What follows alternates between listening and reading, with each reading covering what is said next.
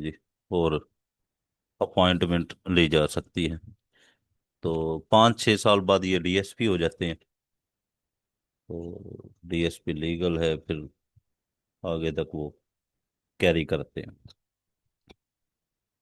तो हमारा जो यहाँ हमने पढ़ना है, उसके अंदर हमने ये देखना है कि ऐसे हमने लिखना कैसे है, क्या बातें हैं जिनको हमने जो बहुत अच्छे से फॉलो करना है कि ये हमने नहीं करना, और कौन सी चीजें हैं जो हमने उसके अंदर करनी है। तो सबसे पहले तो हमने ये देखना है कि हमसे ऐसे वो लिखवाते क्यों हैं। ठीक है। तो हमें ऐसे वो क्यों लिखने के लिए कहते हैं, हम ऐसे क्यों लिखते हैं जी।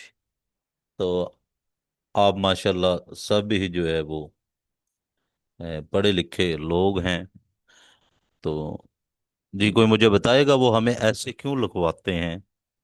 एक पोस्ट है, हमने उधर लीगल काम करना है, तो इसमें ऐसे की जरूरत क्या है, या जो भी सिविल जजेस के अंदर है, एडिशनल सेशन जजेस के और दूसरे कम्पिटिटिव एग्जाम्स हैं, उनके अंदर उर्दू में ऐसे हमें क्यों लिखवाए जाते हैं जी। जी या नहीं बादल जी।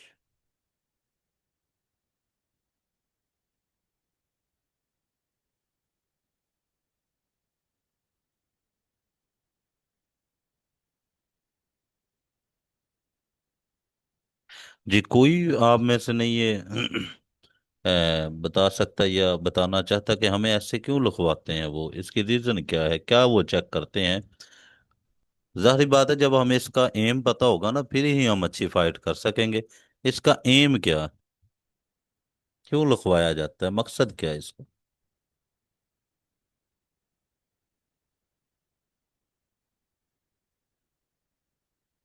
अस्सलाम वालेकुम सर। काइंडली आप ही गाइड कर दीजिए प्रॉपर वे में। हाँ बच्चा जी, मैंने तो गाइड कर दूं। मैंने वो सवाल जो पूछा जाता है ना, उसकी रीजन ये होती है कि हम एक आइडिया हो जाता है कि हम जो है ना जी वो किस लेवल पर बैठे हुए हैं, फिर उस तरह उस चीज किस को हम आगे लेकर चलते हैं। सवाल पूछने का मकसद सिर्फ ये होता है, ना कि किसी का जो है ना वो नॉलेज चेक करना होता है। क्योंकि किस नॉलेज तो जो टाइम है तक। वो सबके पास होता है, और चीजों को हमने किस हिम्मत में डिलीवर करना है सिर्फ हमने ये देखना होता है। तो क्योंकि एक टीचर ने चीजों बिल्कुल। को डिलीवर करना होता है, बात करना, अगर हम चीजों को डिलीवर करेंगे तो आपको आइडिया होगा ना। तो हमें फिर ये बिल्कुल सर, आइडिया हो आपने जाता है जी। जी जी।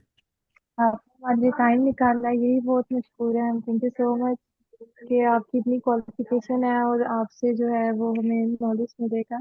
जज़ाकल्लाह।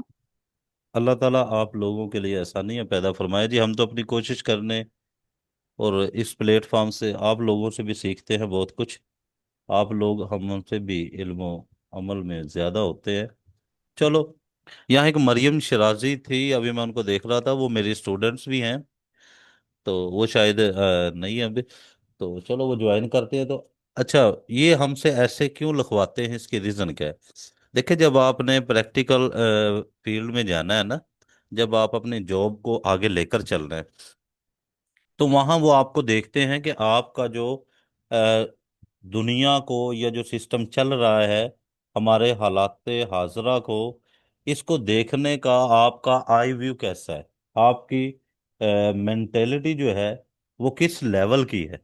ठीक है, आप चीजों को किस सिमत में चेक करते हैं, आप चीजों को रियलिज्म में देखते हैं या आप आइडियलिज्म की दुनिया में रहते हैं।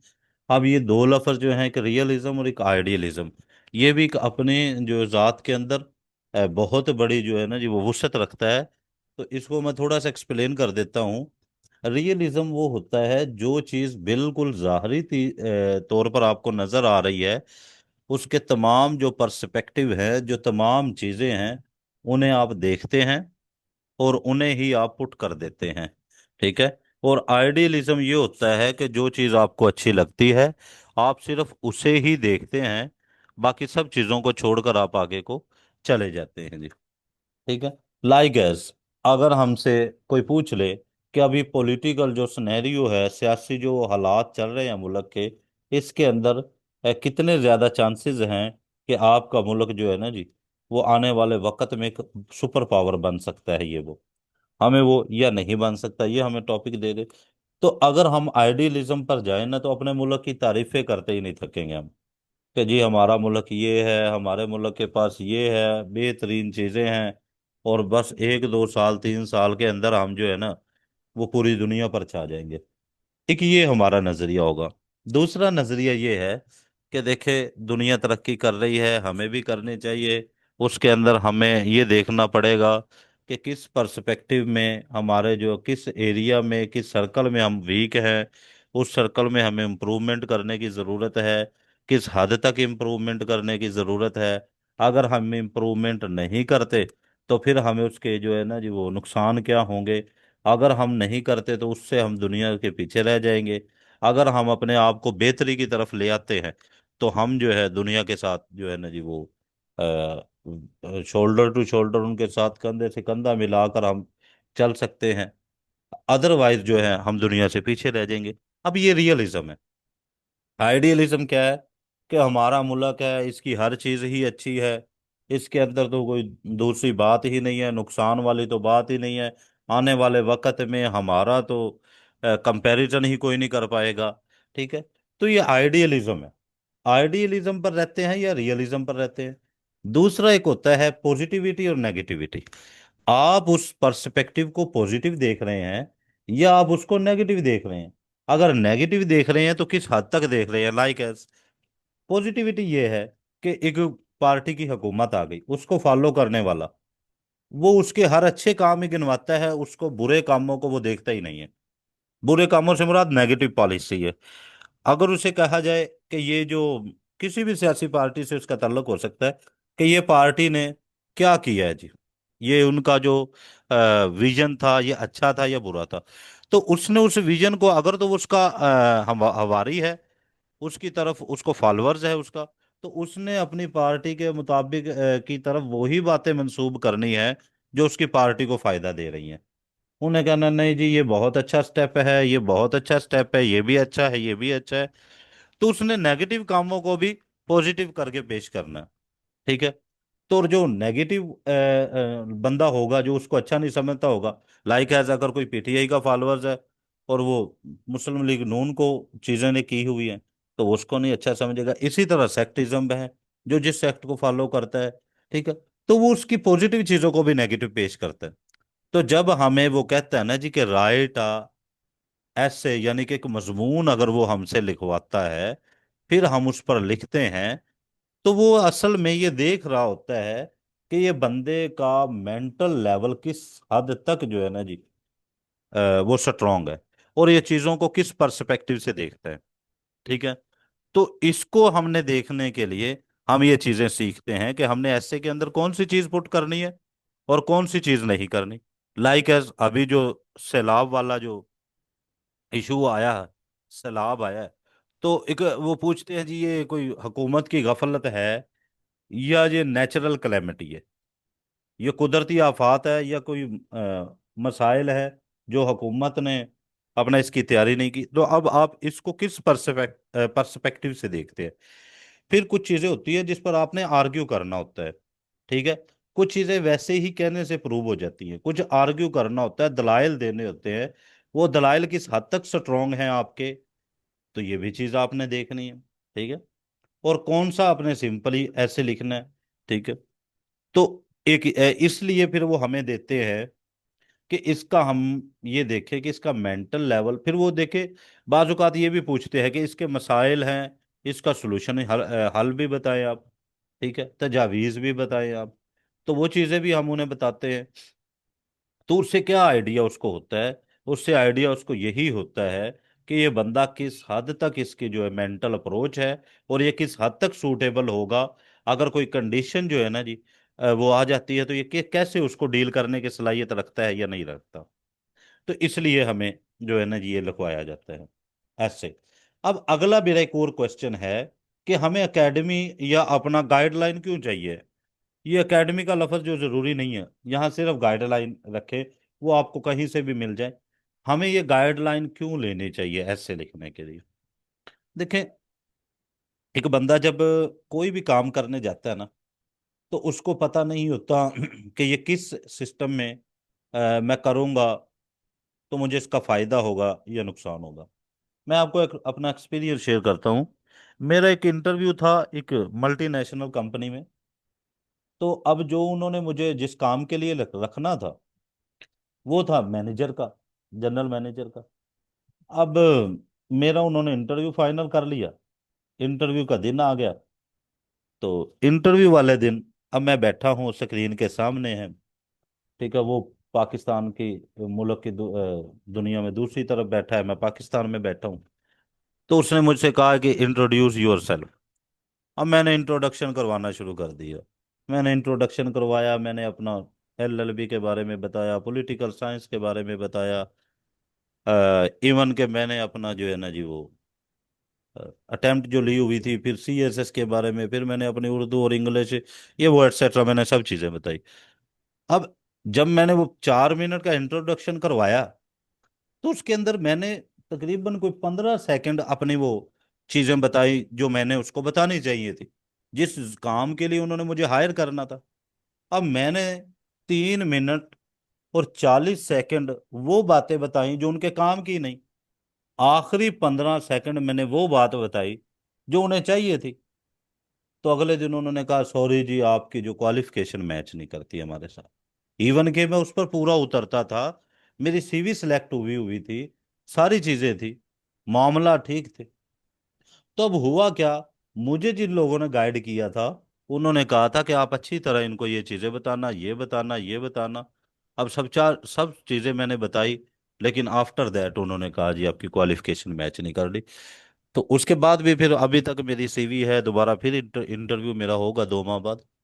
तो बात करने का मकसद क्या है कि जो चीजें उनको चाहिए हों आपने स्पेशली उसी पर फोकस करना होता है, ठीक है। वो आपसे क्या डिमांड कर रहे हैं आप काइंडली ये तो देख ले। अब उन्होंने बंदा हायर करना है जी जो अच्छी मेंटेलिटी लेवल रखता हो। और वो बंदा ऐसे को समझे ना, और वो एक तरफ से शुरू हो और वो सारा ही लिखता रहे। वो एक दोस्त था, उसका एस्से का पेपर था, वो ऐसे लिख कर आ गया। उससे पूछा हमने कि कितने पैसेज लिखे हैं तुमने, कितने पैराग्राफ पुट किए। कहते ये पैराग्राफ क्या होता है। मैंने कहा भी पैराग्राफ कितने तुमने लिखे हैं।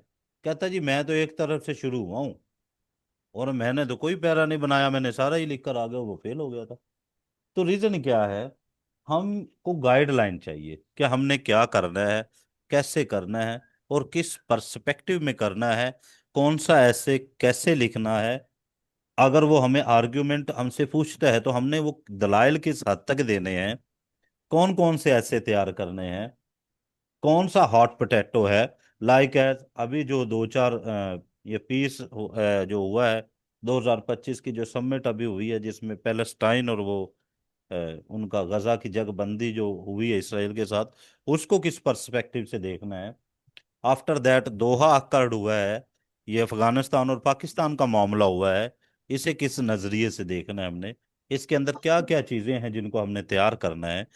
तो ये भी बगैर गाइडलाइन के जो है ना जी, वो ब्लाइंडली अगर हम भागते रहेंगे ना तो उसके लिए फिर हम लॉस कर जाते हैं। तो इसलिए गाइडलाइन होनी चाहिए।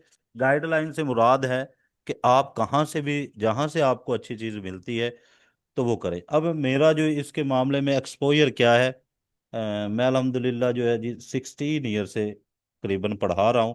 पहले दूसरी क्लासों को पढ़ाता था, मैट्रिक इंटर ग्रेजुएशन को पढ़ाया, फिर मैंने फिर पीपीएससी को पढ़ाने लग गया हूँ।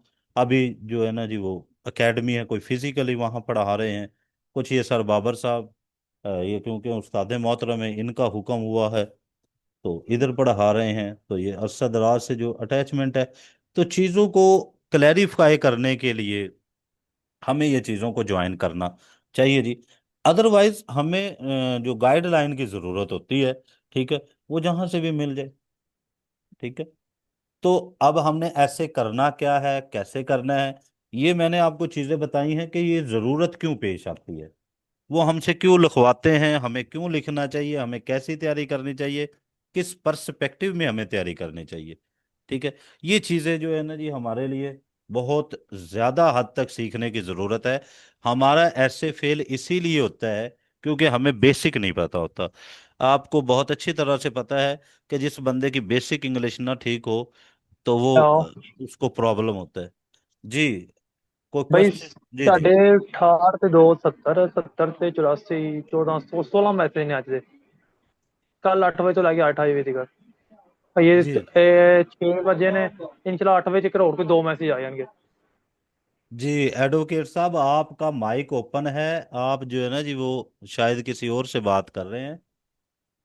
ये भाई कौन है ये एडवोकेट साहब? जी। आपका कोई क्वेश्चन जी?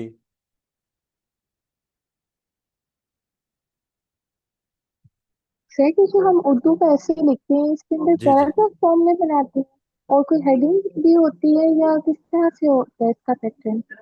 इसका पैटर्न जो मुकम्मल तौर पर हम डिस्कस करेंगे, इसके अंदर ना बहुत सी दो आर्ग्यूमेंट आपको मिलते हैं। कुछ लोग कहते हैं पहले इसकी आउटलाइन बना लें, देन आप लिखें। अंदर हेडिंग तो बिल्कुल नहीं लिखनी ना। ऐसे के अंदर, मजमून के अंदर हेडिंग नहीं लिखनी होती, बिल्कुल नहीं लिखनी उर्दू के अंदर, ना इंग्लिश के अंदर ना उर्दू के अंदर। हेडिंग नहीं लिखनी जी हमने। ये तो श्योर है जी। इस पर दो राय नहीं है। बिल्कुल नहीं लिखनी जी। सर आउटलाइन इज मैंडेटरी और ऑप्शनल? नहीं, जो उर्दू ऐसे है जी, उर्दू मजमून के अंदर हमारे जो इतना प्ले है कि वो कहते हैं जी कि आप अगर लिख लें आउटलाइन तब भी ठीक है, अगर नहीं लिखते तब भी ठीक है। लेकिन इंग्लिश के अंदर मैंडेटरी है। उसकी रीजन क्या है, मैं आपको वो आर्ग्यू देता हूँ।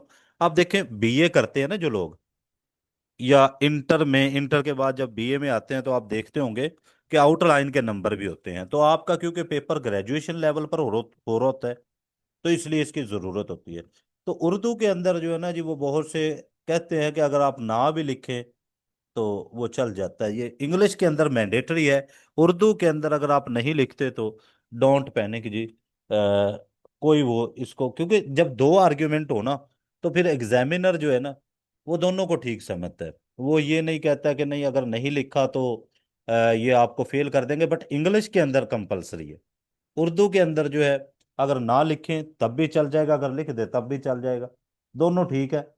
तो एस ये बेसिक आउटलाइन बनाई क्यों जाती है? आउटलाइन होती है फैसिलिटेशन के लिए। वो आपको भी फैसिलिटेट करती है और एग्जामिनर को भी फैसिलिटेट करती है। जब आप लिखते हैं तो आपको फैसिलिटेट कैसे कर रही होती है वो?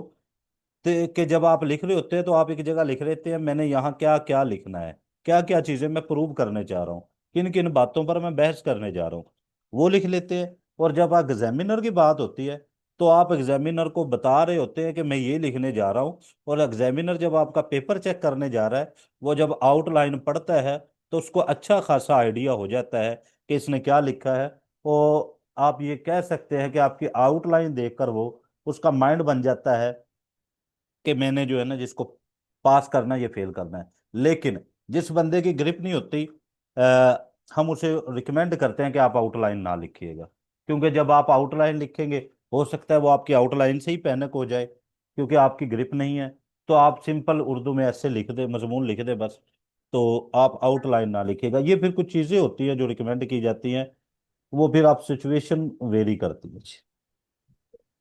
सर जैसे एंड व्हाट इसमें शुड बी कोई द लेंथ? जी। वर्ड्स लिमिट, एक उस मिनट समय वर्ड्स जी। लिमिट। लेंथ के बारे में क्या पूछा जी आपने? Sir I was asking what should be the length of an essay? अच्छा ठीक है, देखिए आपका जो मजमून है उसकी लेंथ आपका डिसाइड करता है नंबर। आप कितने नंबर का ऐसे लिखने जा रहे हैं? देखिए सीएसएस का जो ऐसे होता है इंग्लिश का, वो उसका घंटे 3 टाइम होता है। 100 नंबर का ऐसे होता है। लेकिन 50 नंबर का ऐसे जो है वो 1600 का भी हो सकता है, 15 का भी हो सकता है। और जो 30 या 40 नंबर का होता है वो 1000 वर्ड तक आपका मैक्सिमम होता है जी। इससे ऊपर नहीं जाता है।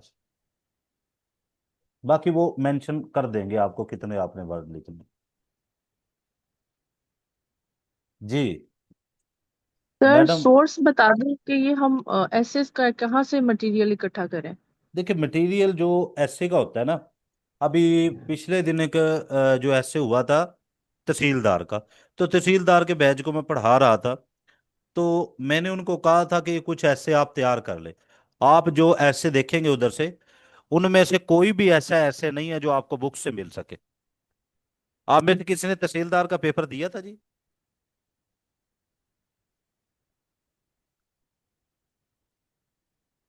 उसमें एक ऐसे ये था, पंजाब की ज़राई हालात के बारे में। ठीक है, उन्होंने वो पूछा हुआ था। दूसरा था हमारा एआई के बारे में, इंटेलिजेंस, लेकिन वो घुमा कर वो पूछते हैं। तो बेहतर यही है कि आप जो न्यूज़ चैनल सुनते रहें, अखबार पढ़ते रहें। ठीक है, और ओपिनियन बेस्ड जो है ना जी वो चीज़ें पढ़ते रहें। उसमें आपको ज्यादा जो है ना वो मार्जिन मिल जाता है लिखने के लिए। तो बुक्स जो है वो कुछ कह देते हैं कलीदे उर्दू वगैरह वगैरह, लेकिन अब जो है ना वो बुकिश ऐसे रह नहीं गए। अब वो आपकी मेंटल अप्रोच देखता है जी। अभी पिछले दिन सीईओ का जो हुआ, उसका मैं वो पढ़ाता रहा हूँ, चीफ ऑफिसर का हुआ।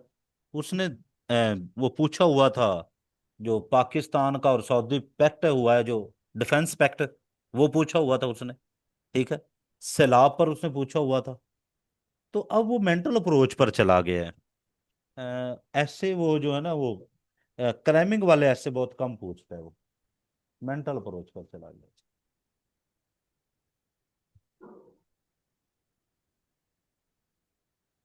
जी, एनी अदर क्वेश्चन जी?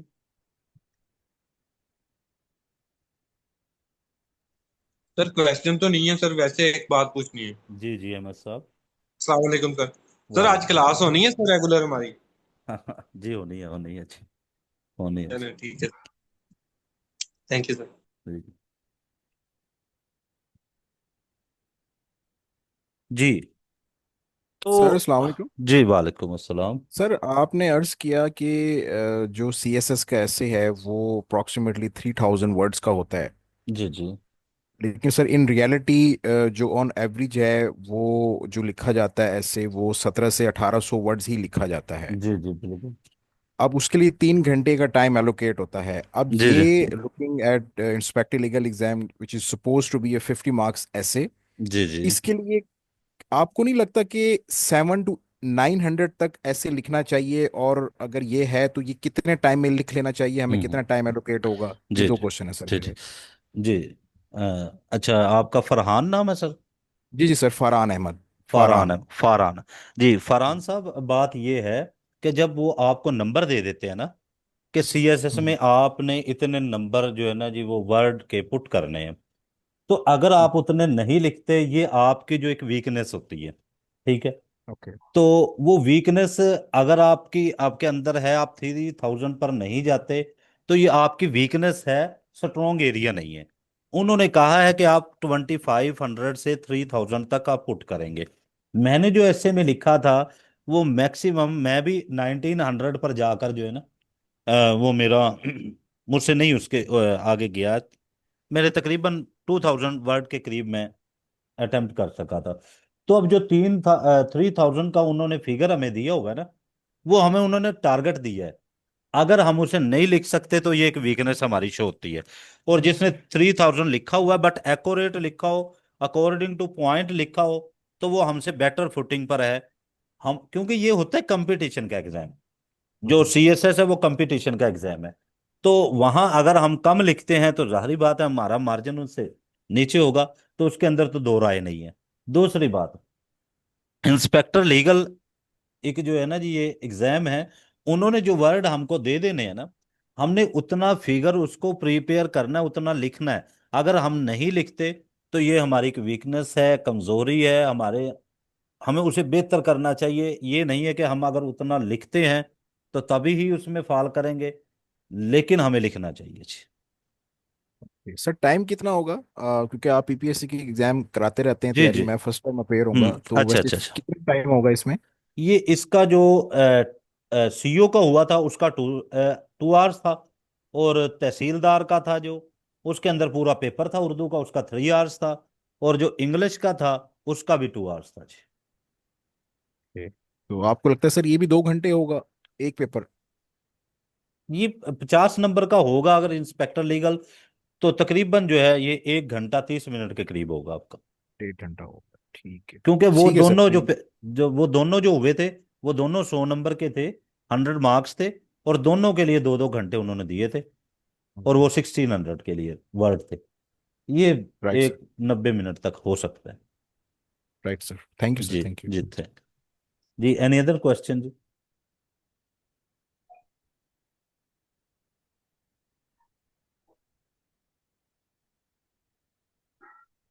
सर आपने जो सोर्स का बताया है सर कि वो वाइस जी जी रिजेक्ट हो रही थी, काइंडली मैं सुन नहीं सकी, अगर आप रिपीट कर दें तो। बच्चा, मैं सोर्स का ये कह थैंक रहा यू। हूं कि वो अब चले गए हैं मेंटल अप्रोच पर। क्रैमिंग बेस पर वो ऐसे नहीं पूछते अब। सोर्स हम पहले पढ़ते थे क्रैम करने के लिए, अब वो चल गए हैं मेंटल अप्रोच पर कि आप अपने डेली लाइफ में अपने सिस्टम को किस पर्सपेक्टिव से देख रहे हैं। अब पैलेस्टीन और जो वो इसराइल की जो जगबंदी हुई है, पीस एग्रीमेंट हुआ है, आप उसको किस नजरिए से देखते हैं। ठीक है, अब ये किताबों में तो नहीं है, आपको मिलेगा ना। आप न्यूज़पेपर पढ़ना शुरू कर दें डेली बेस पर। आप जो ओपिनियन पढ़ा करें, डॉन न्यूज़ की, अगर इंग्लिश का है तो डॉन न्यूज़ में पढ़ें, उर्दू में है तो आप उर्दू की ओपिनियन बेस पढ़ें। बहुत अच्छे जो है ना जी वो कॉलम लिखते हैं ये।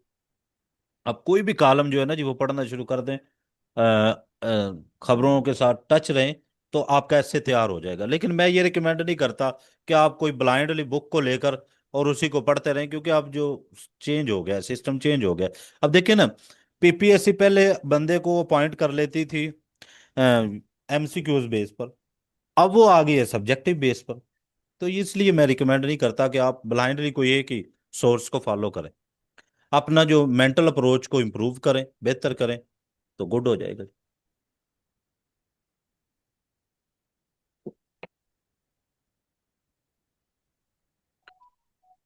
जी, एनी अदर क्वेश्चन जी?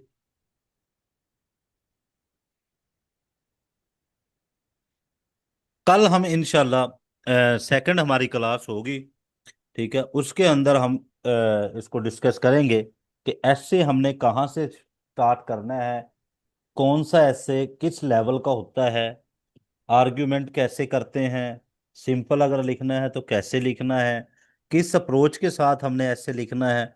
तो कल फिर इंशाल्लाह मैं आपको कुछ जो है ना जी वो चीज़ें बताऊंगा। आफ्टर दैट फिर हम जो डेली बेस पर कुछ चीज़ें होंगी उनको डिफरेंट जो है ना वो पर्सपेक्टिव से तैयार करेंगे। यानी कि अब जैसे कि पीस एग्रीमेंट हुआ है, इसको दो तीन तरह से हम तैयार कर लेंगे। दोहा एग्रीमेंट को हम करेंगे, ठीक है, और जो सऊदी अरब के साथ हमारा पैक्ट हुआ है उसके साथ करेंगे, सैलाब वाले हैं। तो फिर इनको with the passage of time हम इंशाल्लाह करते रहेंगे। अगर आपका कोई क्वेश्चन है तो ठीक है जी, फिर हम ऑफ करते हैं जी। सर आप स्ट्रक्चर जो है वो कल करेंगे थॉरली डिस्कस। जी थारोलो, आप समझते हैं फरहान साहब, माशाल्लाह आपका जो एक्सपोजर अच्छा है। एक दिन में जी जी। स्ट्रक्चर कोई भी जो है ना वो हम्म, डिस्कस नहीं होता होता। हम आपको हम्म, बेसिक चीजें कल बताएंगे। पहले तो मैं आपका ये ना माइंडसेट बताऊंगा आपको। माइंडसेट हम बनाएंगे कि किस पर्सपेक्टिव में हमने हमने ऐसे लिखना है, और हमें इस ऐसे लिखना क्यों चाहिए, और कैसा ऐसे आए तो हमें किस तरह देखना चाहिए जी। तो फिर वो हम इंशाल्लाह with the passage of time इनको जो है ना वो क्लियर कर जी। लेंगे सर इंशाल्लाह। Just a small question, I know कि आप कल इसको प्रॉपर शुरू करेंगे, थोड़ा सा अगर आप बता बता दें। किसके हम बारे में जी? सर ये उर्दू ऐसे जी में, जी इंग्लिश जी ऐसे में तो हम एक शुरू में थीसिस स्टेटमेंट लिखते हैं। जी जी। क्या उर्दू ऐसे में थीसिस स्टेटमेंट लिखनी चाहिए कि नहीं?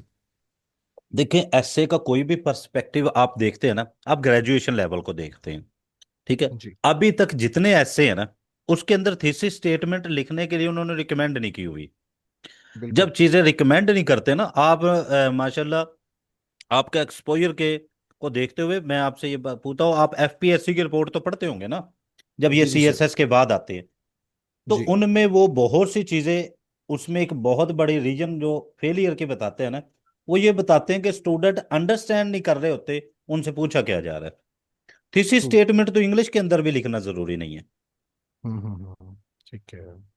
हाँ, तो राइट सर, इसलिए बस जो वो है ना जनरल एक जनरली एक प्रैक्टिस बनी हुई है, जिसकी बेस पे एकेडमीज कहती हैं कि अगर आप लिखेंगे तो जो एग्जामिनर है एक अच्छा पॉइंट जाता है और पासिंग रेशियो नहीं ज्यादा हो नहीं जाती है। नहीं, उसकी उसकी फरहान साहब रीजन ये होती है, अगर कोई अच्छा स्टूडेंट हो ना, उसका एक्सपोजर भी अच्छा हो, उसकी मेंटल कैपेसिटी बहुत अच्छी हो, उसकी थॉट का लेवल जो अच्छा हो, तो उसे कहा जाता है कि आप दो जो वो लिख देंगे ना सेंटेंसेस, तो उससे आपका एक्सपोजर अच्छा बन जाएगा।